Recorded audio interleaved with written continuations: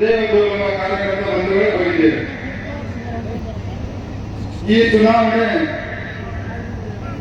ಬಹಳ ಮಹತ್ವದ ಚುನಾವಣೆ.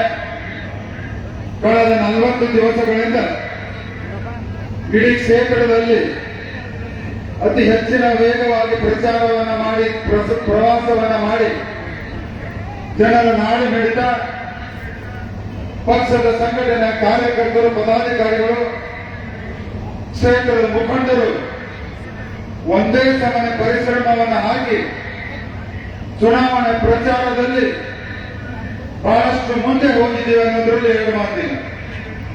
ಕೇವಲ ಚುನಾವಣೆ 8 ದಿವಸ ಮಾತ್ರ ಉಳಿದಿದೆ.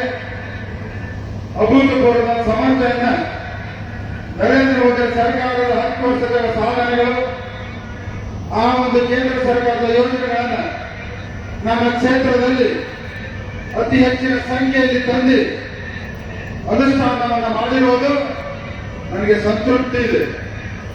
ಅದಕ್ಕೆ ಮತ್ತೊಮ್ಮೆ ನರೇಂದ್ರ ಮೋದಿಯವರು ಮತ್ತು JP ನಡ್ಡಾಜಿಯವರು ನಿಮ್ಮ ಆಶೀರ್ವಾದವನ್ನು ಪಡೆಯಲಿಕ್ಕೆ ಮತ್ತೊಮ್ಮೆ ಟಿಕೆಟ್ ಅನ್ನು ಕೊಟ್ಟು ನಿಮ್ಮ ಮಧ್ಯದಲ್ಲಿ ಬಿಟ್ಟಿದ್ದಾರೆ.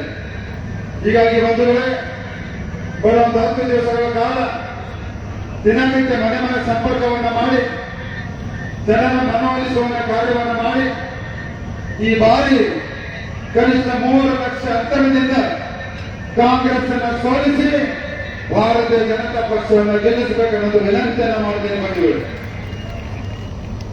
ಇವಾಗ ರಾಷ್ಟ್ರಾಧ್ಯಕ್ಷರಾದ JP ನಡ್ಡಾಜಿಯವರು ಅವರ ಭಾಷಣವನ್ನು ಕೇಳಲಿಕ್ಕೆ ನಾವೆಲ್ಲರೂ ಕಾತರವಾಗಿದ್ದೇವೆ. ಹೀಗಾಗಿ ನಾನು ಇಲ್ಲಿಗೆ ನನ್ನ ಮಾತನ್ನ ನಿಲ್ಲಿಸ್ತೇನೆ.